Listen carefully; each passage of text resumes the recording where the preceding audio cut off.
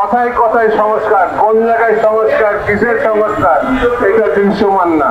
আমার কাছে মনে হয় এই সরকার খুবই সরল, আর না হলে ধুরন্ধর।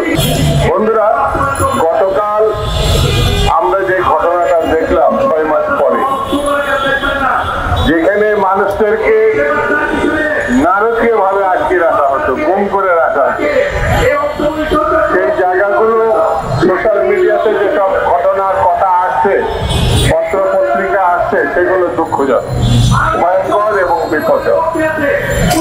এখানে যাদেরকে ধরে রাখা হয়েছিল সেখানে সামরিক বাহিনীর কর্মকর্তারা ছিল বলে আমরা জানতাম। সেখানে রাজনৈতিক দলের নেতৃবৃন্দ সেখানে বন্দী এবং অমানবিক জীবনযাপন করেছে, তাকে আটকে রাখা হয়েছে। এর বিরুদ্ধে যেসব সংগঠন কাজ করেছে, যে সাংবাদিকরা কাজ করেছে, গতকাল আমরা দেখলাম সেই সব সংগঠনের কোন নেতা নেত্রীকে সেখানে আহ্বান করা হয়। দেশের কোন সাংবাদিককে এই আয়নাঘর পরিদর্শনের সময় নিয়ে যাওয়া হয়, বিদেশি সাংবাদিকরা। এটা দুঃখজনক ঘটনা।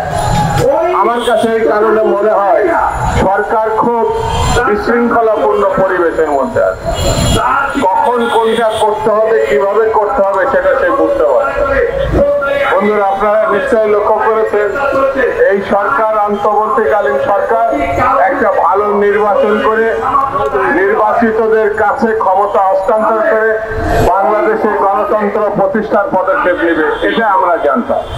কিন্তু প্রতিনিয়ত যেমন শেখ হাসিনা বলতো উন্নয়ন, আর এর কথা হচ্ছে সংস্কার। কথায় কথায় সংস্কার, কোন জায়গায় সংস্কার, কিসের সংস্কার, এটা দৃশ্যমান না। সেই জন্য এই সরকারের ইতিমধ্যেই নানান প্রশ্নের মুখোমুখি হয়েছে জাতির কাছে। আমার কাছে মনে হয় এই সরকার খুবই সরল, আর না হলে ধুরন্ধর। দুটোর একটি হবে। এই সরকার তার নিরপেক্ষতা ইতিমধ্যে নিজেরাই প্রশ্নবিদ্ধ করেছে। নিজেরাই রাজনৈতিক দল গঠনের জন্য এই প্রধান উপদেষ্টার পাশে উপদেষ্টা হিসেবে যারা আছে তারা কাজ করেছে এবং পত্র পত্রিকা আসছে। এদের মধ্য দিয়ে কেউ না কেউ ওই রাজনৈতিক দল নেতৃত্বের আসনে বসবে।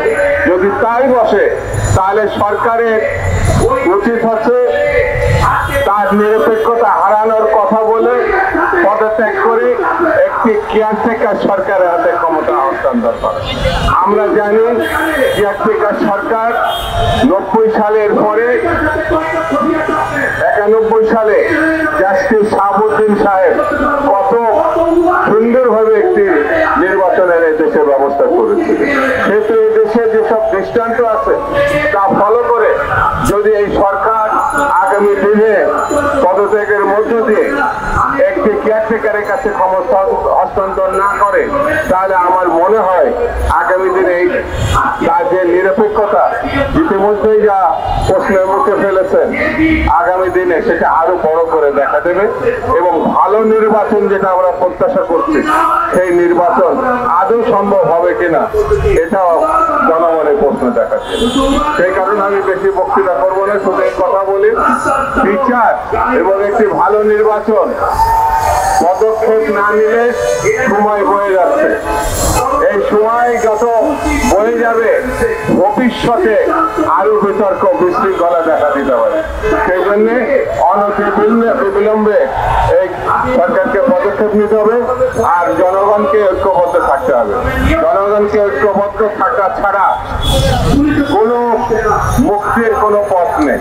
সেই জন্য জনগণকে ঐক্যবদ্ধ থাকা আহ্বান জানিয়ে সবাইকে ধন্যবাদ জানিয়ে আমি আমার বক্তব্য শেষ করি। খুদাহাফেজ। বাংলাদেশ জিন্দাবাদ।